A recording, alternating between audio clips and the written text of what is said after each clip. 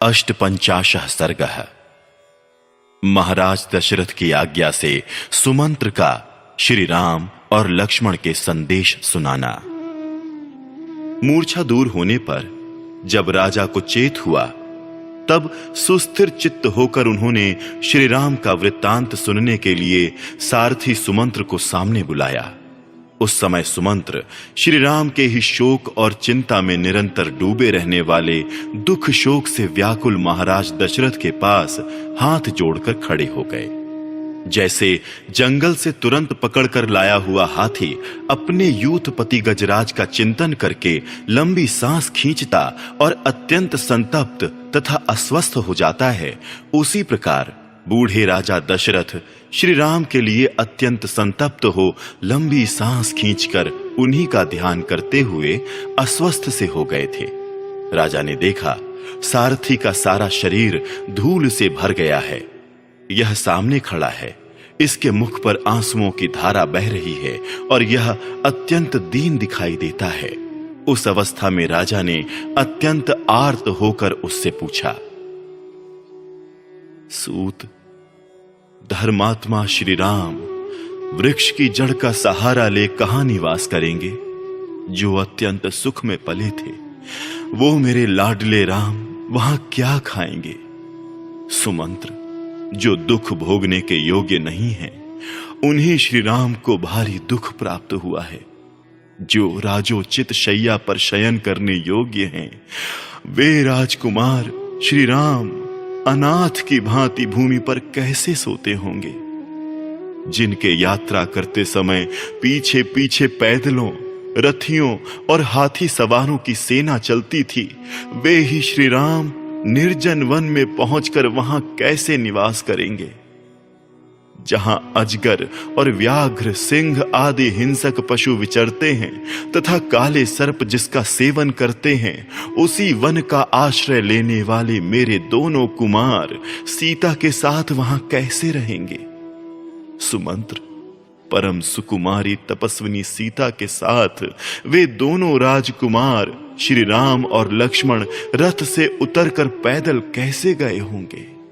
सारथे, तुम कृतकृत्य हो गए, क्योंकि जैसे दोनों अश्विनी कुमार मंदराचल के वन में जाते हैं, उसी प्रकार वन के भीतर प्रवेश करते हुए मेरे दोनों पुत्रों को तुमने अपनी आंखों से देखा है। सुमंत्र, वन में पहुंचकर श्री राम ने तुमसे क्या कहा, लक्ष्मण ने भी क्या कहा तथा मिथिलेश कुमारी सीता ने क्या संदेश दिया? सूत, तुम श्री राम के बैठने, सोने और खाने पीने से संबंध रखने वाली बातें बताओ। जैसे स्वर्ग से गिरे हुए राजा ययाति सत्पुरुषों के बीच में उपस्थित होने पर सत्संग के प्रभाव से पुनः सुखी हो गए थे, उसी प्रकार तुम जैसे साधु पुरुष के मुख से पुत्र का वृत्तांत सुनने से मैं सुखपूर्वक जीवन धारण कर सकूंगा। महाराज के इस प्रकार पूछने पर सारथी सुमंत्र ने आंसुओं से रुंधी हुई गद्यवाणी द्वारा उनसे कहा, महाराज, श्री रामचंद्र जी ने धर्म का ही निरंतर पालन करते हुए दोनों हाथ जोड़कर और मस्तक झुकाकर कहा है, सूत, तुम मेरी ओर से आत्मज्ञानी तथा वंदनीय मेरे महात्मा पिता के दोनों चरणों में प्रणाम कहना तथा अंतःपुर में सभी माताओं को मेरे आरोग्य का समाचार देते हुए उनसे विशेष रूप से मेरा यथोचित प्रणाम निवेदन करना। इसके बाद मेरी माता कौशल्या से मेरा प्रणाम करके बताना कि मैं कुशल से हूं और धर्म पालन में सावधान रहता हूं। फिर उनको मेरा ये संदेश सुनाना कि मां, तुम सदा धर्म में तत्पर रहकर यथा समय अग्निशाला के सेवन में संलग्न रहना। देवी, महाराज को देवता के समान मानकर उनके चरणों की सेवा करना। अभिमान और मान को त्याग कर सभी माताओं के प्रति समान बर्ताव करना। उनके साथ हिल मिलकर रहना। अंबे, जिसमें राजा का अनुराग है, उस कैकेयी को भी श्रेष्ठ मानकर उसका सत्कार करना। कुमार भरत के प्रति राजोचित बर्ताव करना। राजा छोटी उम्र के हों तो भी वे आदरणीय ही होते हैं, इस राजधर्म को याद रखना। कुमार भरत से भी मेरा कुशल समाचार बताकर उनसे मेरी ओर से कहना, भैया तुम सभी माताओं के प्रति न्यायोचित बर्ताव करते रहना। इक्ष्वाकु कुल का आनंद बढ़ाने वाले महाबाहु भरत से ये भी कहना चाहिए कि युवराज पद पर अभिषिक्त होने के बाद भी तुम राज्य सिंहासन पर विराजमान पिताजी की रक्षा एवं सेवा में संलग्न रहना। राजा बहुत बूढ़े हो गए हैं, ऐसा मानकर तुम उनका विरोध ना करना, उन्हें राज सिंहासन से ना उतारना, युवराज पद पर ही प्रतिष्ठित रहकर उनकी आज्ञा का पालन करते हुए ही जीवन निर्वाह करना। फिर उन्होंने नेत्रों से बहुत आंसू बहाते हुए मुझसे भरत से कहने के लिए ही ये संदेश दिया, भरत मेरी पुत्र वत्सला माता को अपनी ही माता के समान समझना। मुझसे इतना ही कहकर महाबाहु महायशस्वी कमल नयन श्री राम बड़े वेग से आंसुओं की वर्षा करने लगे। परंतु लक्ष्मण उस समय अत्यंत कुपित हो लंबी सांस खींचते हुए बोले, सुमंत्र जी, किस अपराध के कारण महाराज ने इन राजकुमार श्री राम को देश निकाला दे दिया है? राजा ने कैकेयी का आदेश सुनकर झट से उसे पूर्ण करने की प्रतिज्ञा कर ली। उनका यह कार्य उचित हो या अनुचित, परंतु हम लोगों को उसके कारण कष्ट भोगना ही पड़ता है। श्री राम को वनवास देना कैकेयी के लोभ के कारण हुआ हो अथवा राजा के दिए हुए वरदान के कारण, मेरी दृष्टि में यह सर्वथा पाप ही किया गया है।